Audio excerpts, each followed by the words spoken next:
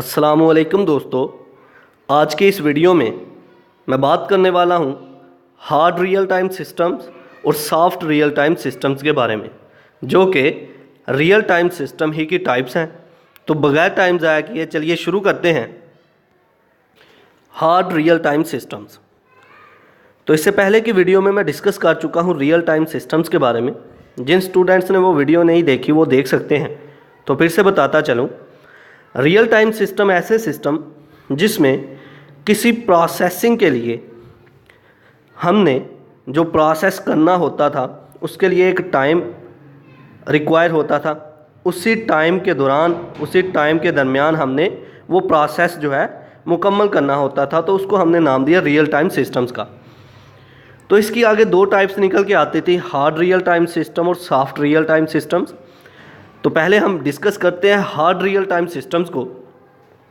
तो hard real time system ऐसे systems होते हैं कि जब हमने सिस्टम को एक जॉब जो है इनपुट की और सिस्टम ने उस पर प्रोसेसिंग करने के लिए एक टाइम मुकर्रर कर दिया, एक टाइम बता दिया कि इतने समय में, इतने टाइम में इस पर प्रोसेसिंग होगी।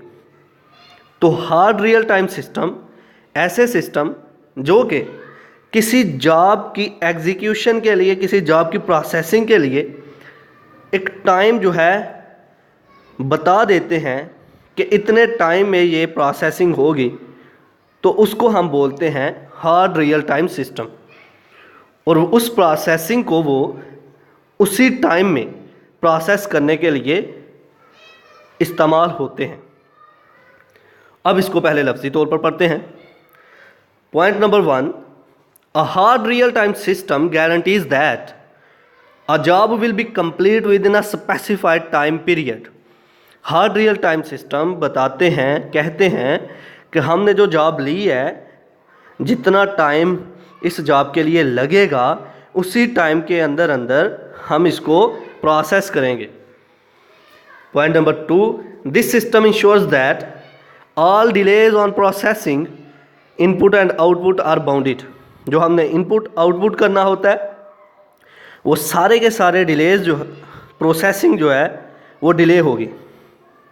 मतलब हमारी जो प्रोसेसिंग होगी वो हमारे इनपुट आउटपुट पे डिपेंड कर रही है।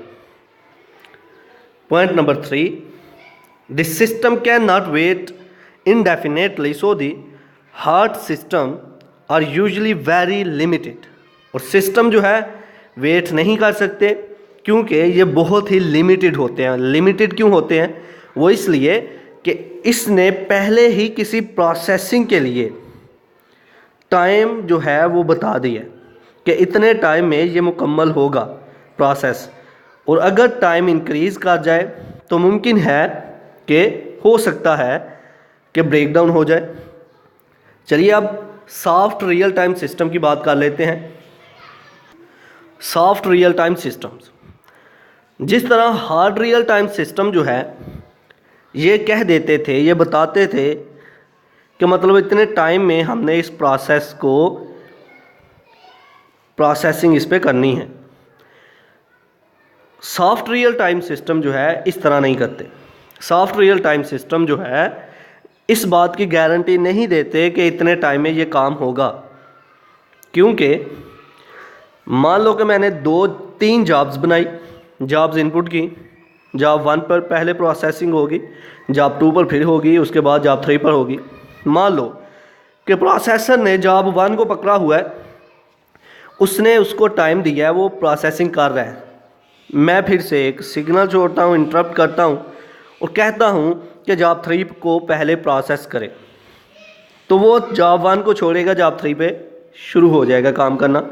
ये सॉफ्ट रियल टाइम सिस्टम्स की बात कर रहा हूँ कि जिसमें सीपीयू इस बात की गारंटी नहीं देता कि कितने टाइम में ये जॉब जो है प्रोसेस होगी।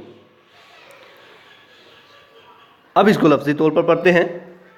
Point number 1, soft real time system does not guarantee that a job will be complete with in a specified time period. Soft real time system जो है ये इस बात की गारंटी नहीं देते कि कितने टाइम में, कितने समय में जॉब जो है प्रोसेस होगी। या कंप्लीट होगी।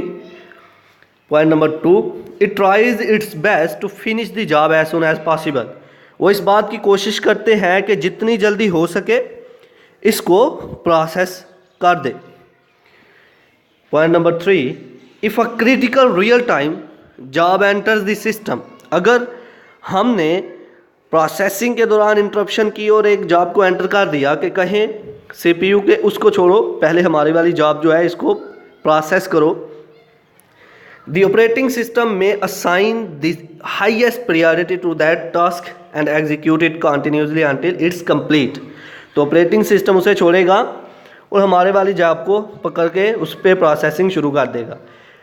अगर इसको लफ्जी तौर पर देखें तो वो ये कि मान लो कि 3 जॉब्स हैं और उन 3 जॉब्स की प्रायोरिटी में से जॉब नंबर 2 जो है उसकी प्रायोरिटी ज़्यादा है, तो सीपीयू जो है जॉब 2 को पहले पकड़ के उस पर प्रोसेसिंग करेगा, बाद में 1 और 3 को पकड़ेगा। तो ये था आज का हमारा लेक्चर जिसमें हमने बात की हार्ड रियल टाइम सिस्टम और सॉफ्ट रियल टाइम सिस्टम्स के बारे में। आई होप कि आपको मेरी ये वीडियो पसंद आई होगी। Like this video, share this video and comment below this video if you have any question. Thanks for watching. Subscribe focus group. Allah हाफिज़।